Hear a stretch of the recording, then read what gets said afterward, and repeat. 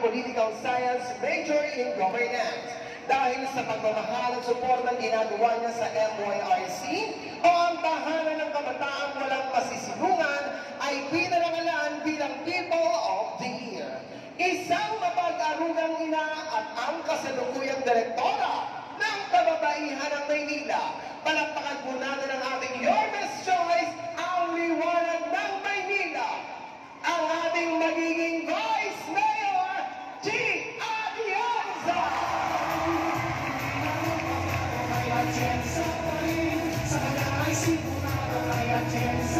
Magandang hapon, District 6 Cagayan! Masaya po kami na makasama kayo ngayong hapon.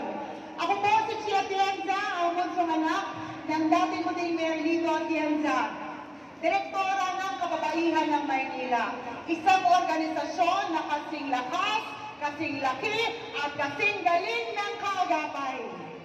Nakakatuwa na malaman na dito sa Maynila, ang mga malalaking grupo ay sama-sama na ngayon. Ang Kababaihan ng Maynila, ang Kabaka, at ang Kaagapay.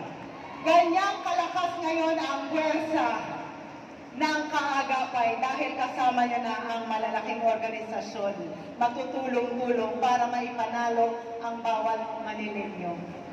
Alam niyo po, bata pa lang ako, ang gusto ko mangyari sa aking buhay ay maging isang misyonaryo. Ngunit hindi po yun na isang katuparan dahil may ibang plano ang Panginoon sa aking buhay. Kaya mo ako po ay naging isang broadcast journalist kagaya ng aking kapatid na si Kuya Kim. Kilala niyo po yun? Kamukha ko ba siya? Pero kagaya ng aking kapatid na si Kuya Kim, ako rin po ay nagkaroon ng mga programa sa telebisyon ng 7 years. At ginawa ko pang misyon na umikot sa ating bansa para kunin ang kwento ng ating mga kababayan na napag-iwanan sa laylayan ng lipunan. Ginawa ko pang misyon na tayuan ang mga sektor ng lipunan na para sa akin ay dapat magkaboses sa gobyerno. Ngunit sa totoo lang po, sa paglibot namin ni Yorme dito sa Maynila, napansin ko marami pa rin mga sektor ng lipunan ang napag-iiwanan.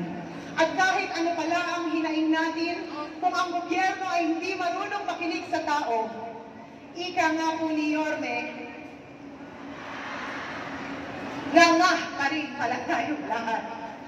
Kaya bilang katambal ni Yorme, kanyang vice-alcalde, ako po ay tumatayo sa inyong harapan para tayuan at ipaglaban na ang boses ng ating mga lolo at lola ay marinig ng gobyerno. Isang realidad po hanggang sa ngayon, marami pa rin sa ating mga lolo at lola nakikipagsapalaran pa rin para makapagpauwi ng konting salapi na siyang tutulong sa kanilang mga pamilya. Minsan kailangan nila pa rin magkayod para sila ay mabuhay ng mas mahaba para mabili ang mga pangangailangan nilang pang-medikal. Narito po kami ni Yorme para siguraduhin na dito sa Maynila ang ating mga lolo at lola ay magkakaroon na ng totoong suporta at pagmamahal mula sa gobyerno. Ako rin po ay tumatayo dito sa inyong harapan para tayuan ang mga magulang na nagdadasal araw-araw na mapalaki nila ng maayos ang kanilang mga anak. At ang gobyerno ay susuporta pagdating sa edukasyon ng kanilang mga anak. Sa totoo lang po, minsan naiiyak akong makakita na mga magulang na umiiyak, nagdadasal na sila ay makatulong sa kanilang mga anak na may sakit. Minsan, merong mga magulang naghihintay na lang dahil nagkaroon na ng panig ang buhay ng kanilang anak at dahil wala silang pangbayad ng mga pangangailangang medikal ng kanilang mga anak. Kami po ni Yorme dito tumatayo para siguraduhin na ang inyong mga anak ay mapupunta sa maayos na gobyerno, mga kamay na susuporta at sisiguraduhin namin na mararamdaman nyo, nakakampi nyo ang gobyerno dito sa Maynila. Tumatayo rin po ako sa inyong harapan para magkaroon ng boses ang ating mga kababayan na may kapansanan. Mahirap mabuhay ng may kapansanan, kaya dapat ang gobyerno nakaalalay magbigay sa inyo at maramdaman nyo na dito sa Maynila, patas pa rin ang oportunidad ng lahat ng tao. Tumatayo rin ako sa inyong harapan para ipaglaban ng ating mga kababayan, ating mga kapatid na mga Muslim na narito sa ating lungsod. Na maramdaman nila dito sa Maynila, sila ay ating mga kapatid at ating mga pamilya. At narito rin ako para tayuan ang mga LGBTQ+ community na maramdaman nyo na dito sa Maynila, patas ang oportunidad para sa inyo at narito ang gobyerno para alalayan ang inyong mga panaginip sa buhay. Alam niyo po, sa paglibot namin ni Yorme sa 6 na distrito, iisa lamang ang isinisigaw ninyong lahat. Ano nga po yan?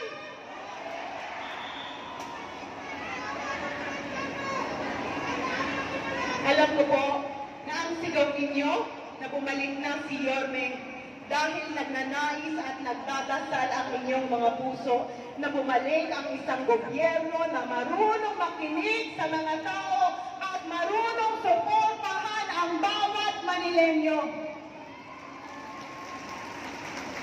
Kaya huwag po kayong mag-aalala dahil babalik na po si Yorme Isko Moreno Dela. Ngunit, kung maaari, sana isama niyo rin po si Chi Atienza. Ang trabaho po ng vice-alcalde ay maging presiding officer, maging ina ng konseho, gumawa ng mga programa at polisiya na dapat angkop sa pangangailangan ninyo. Kaya kung kayo ay maghahanap ng vice-alcalde balang araw, kailangan mamili kayo ng isang tao na marunong makinig at marunong ipaglaban ang boses ninyo. Kung meron man ako isang bagay na kaya ko ipagmalaki sa aking sarili, bata pa lang po ako, nakikinig na ako sa hinaing ng mga Manilenyo at ginagamit ko na po ang aking boses para kayo ay marinig at mapakinggan ng gobyerno. Alam niyo po, sa totoo lang, ako po ang hinulma ng aking ama para ipagpatuloy ang nasimulan niya dito sa Maynila. Ako po ay nakapagtapos ng Political Science major in Governance 25 years ago. Kailangan ko lang pong sabihin yon dahil ang akala ko nung iba, bata pa po ako. 43 years old na po si Chi Atienza. May tatlo na po akong anak na malalaki at hindi na po ako dalaga. Dala na po ako. Pero alam niyo, ang aking ama ay isang naging magaling na vice-alcalde na nakukuha ng 2 termino. Siya po ay naging isang magaling na mabisang vice-alcalde. At nung ako ay bata pa, tinuruan niya ako kung paano maging isang magaling na vice-alcalde na susuporta sa kanyang alkalde. Kaya mga kaagapay, makakaasa po kayo na balang araw, susuportahan mo po ng buong-buo si Yorme Isko Moreno Dela. Dahil alam ko na ang suporta ko kay Yorme ay suporta ko sa bawat miyembro ng kaagapay na narito ngayon. Ang dala ko po sa tambalan namin ni Yorme, habang inaayos namin ang minimum basic needs ng bawat Manilenyo, ako po ang tutulong pagdating sa livelihood. Bilang direktora ng kababaihan ng Maynila, for 40 years, isinusulong po natin ang livelihood training para sa mga Manilenyo na gustong matutong tumayo sa kanilang mga paa. Kaya mga kaagapay, huwag po kayong mag-alala. Dahil sa tambalan namin ni Yorme, babalik po ang pag-asa sa puso ninyong lahat. I love you. Alam ko na ang kaagapay, marami na pong natulungan. Marami nang naipanalo. Mga konsehal, congressman, vice-alcalde, alkalde. Sana ngayon, tanggapin niyo rin ako bilang inyong kapatid, bilang inyong anak, bilang inyong apo, at bilang inyong kaibigan. Dahil makakaasa po kayo na ang lahat ng mga programa na minahal ninyo noong panahon na si Yorme ang ating alkalde dito sa Maynila, ibabalik po namin ng buong-buo. Ngunit, magagawa lang po namin yon kung kasama namin, mga kaalyado namin. Kaya kung maaari, kung tutulungan niyo po kami ni Yorme, sana tulungan niyo rin po ang aming congressman na si Congressman Joey Hoy!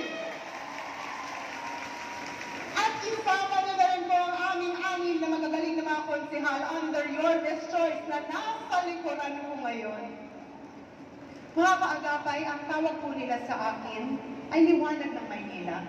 Ngunit sa totoo lang po, ako lang ang sisindi ng apoy sa mga puso ninyo na magbabalik ng pag-asa na sa bawat araw na kayo ay gigising sa umaga, alam nyo merong gobyerno na kakalinga, aalaga at sisiguraduhin na tatapos ang inyong mga ilong muli at tataas muli ang inyong mga noo na kayo ay mga Manileño. Mahal na mahal na mahal na mahal ko po kayo. Maraming salamat po. Manila!